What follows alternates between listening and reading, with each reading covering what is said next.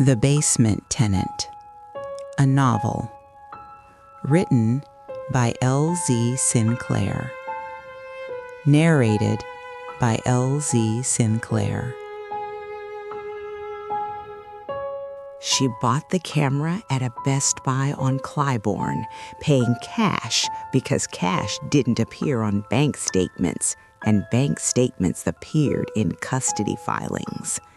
It was small, a wireless unit the size of a deck of cards with night vision, and a motion sensor, and a microphone sensitive enough to pick up a whisper at 20 feet.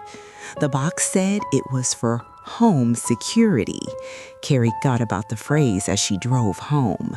Home security, the security of the home, as if a home were something that could be made safe rather than a container for every unsafe thing you'd ever invited inside.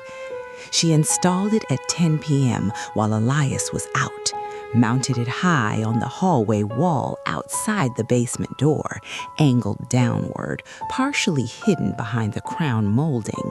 The camera connected to an app on her phone. She tested it from the kitchen.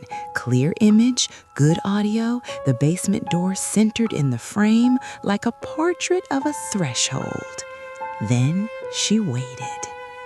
At 12:02 a.m., the side door opened. The camera's motion sensor triggered.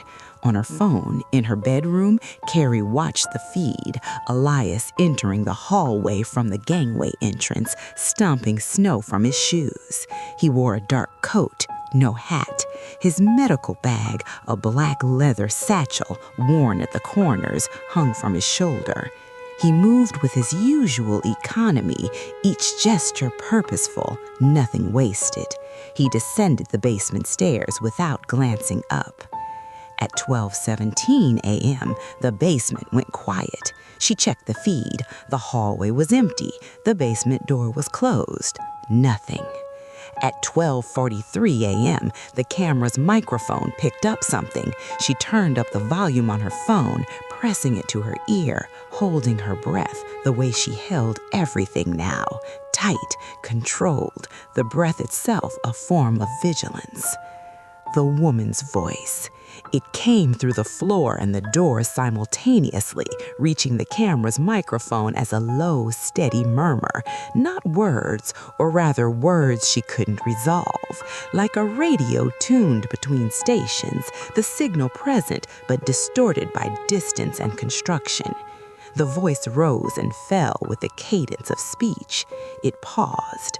Elias's voice responded, also low, also intelligible, but the rhythm was conversational, an exchange. Carrie recorded. The app had a function for that, and she used it the way she'd used her recorder at the Tribune, automatically, instinctively. The muscle memory of a woman who'd spent 8 years building cases out of captured sound. At 12:58 a.m., the camera triggered again. Elias in the hallway, going out. He wore the same coat. The medical bag was over his shoulder. He moved quickly this time, not rushing but purposeful, as if he had somewhere to be and was late. He exited through the side door. The motion sensor logged the time, 12:58 a.m. Carrie waited. At 1:14 a.m., the microphone activated. She sat up in bed. On the phone screen, the hallway was empty. The basement door was closed. No one had entered or exited. But the microphone was registering audio, a sound level consistent with a human voice coming from below. The woman singing, soft, so soft the camera's microphone almost couldn't catch it. A melody, low, repetitive, the kind of thing you sang to yourself in the dark, not to perform, but to fill a silence that had become unbearable. The singing had the quality of something habitual, something done not for pleasure but for survival, the way a person in a hospital bed hums to prove to themselves they're still alive. Carrie's skin prickled. She played it back. She turned the volume to maximum. The singing was there, unmistakable, real, recorded. Someone was in the basement singing while Elias was gone. She looked at the timestamp, 1:14 a.m. Elias had left at 12:58, 16 minutes. He was not in the building. The side door had not opened. No one had entered. And from the basement of her house on Belden Avenue, a woman's voice sang a melody that Carrie couldn't name and couldn't stop listening to. She confronted him the next evening. He came up through the interior door at 6 p.m., early for him, the first time she'd seen him before dark. He was wearing scrubs, pale blue, and he looked tired in a way that went deeper than residency, tired in a way that lived in the bones. He was making coffee. She was standing in the kitchen waiting for him, which he understood immediately. She could see the recognition pass through his body, the subtle straightening, the mask settling into place. "We need to talk," she said. "Okay." He set the coffee down. "There's someone in the basement." He didn't blink. He didn't flinch. He looked at her with the steady, clinical attention of a man taking a patient's vitals, reading her for signs of something, though she couldn't tell what. "There isn't," he said. "I heard her. I recorded her. Your apartment was empty. You were gone, and I heard a woman singing."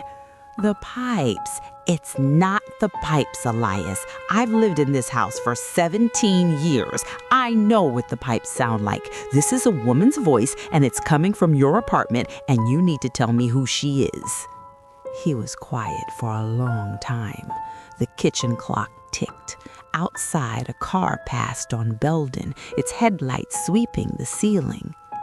"You installed a camera," he said, not a question. "Yes."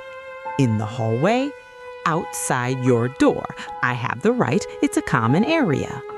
He nodded slowly, not in agreement, in acknowledgement.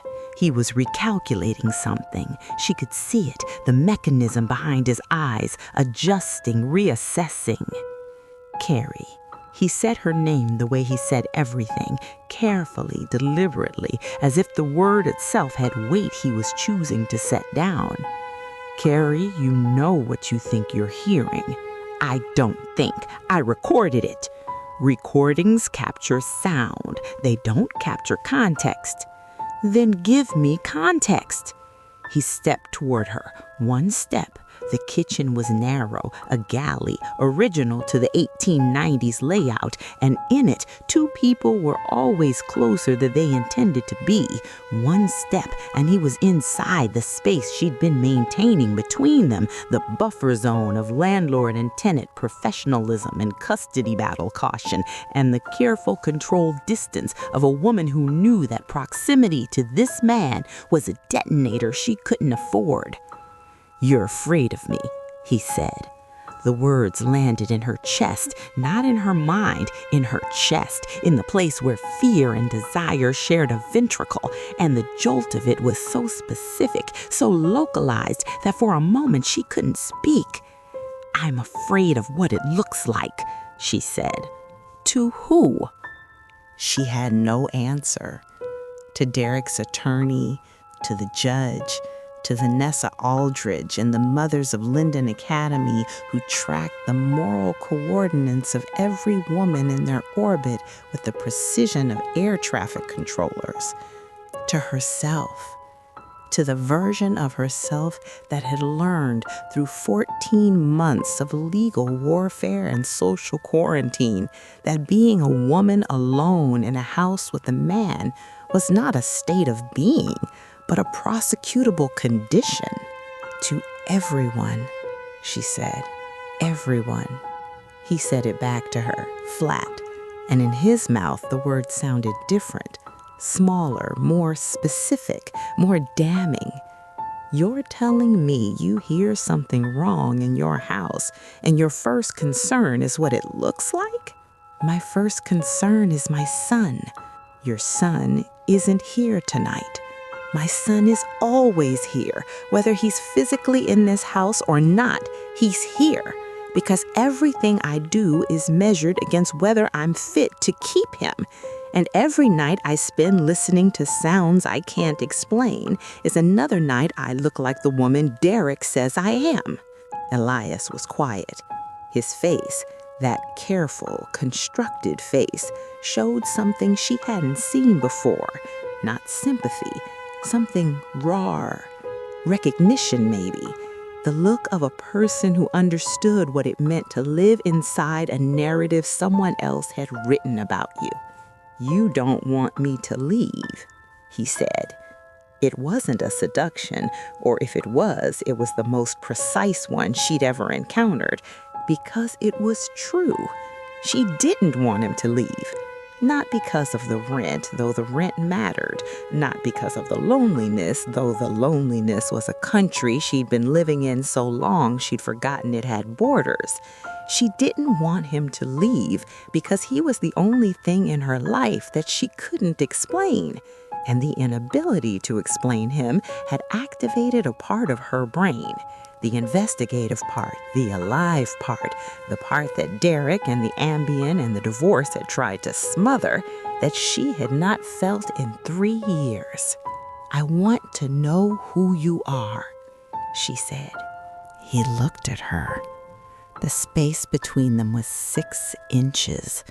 She could smell him, not cologne, not soap. Something underneath both, something warm and specific and human.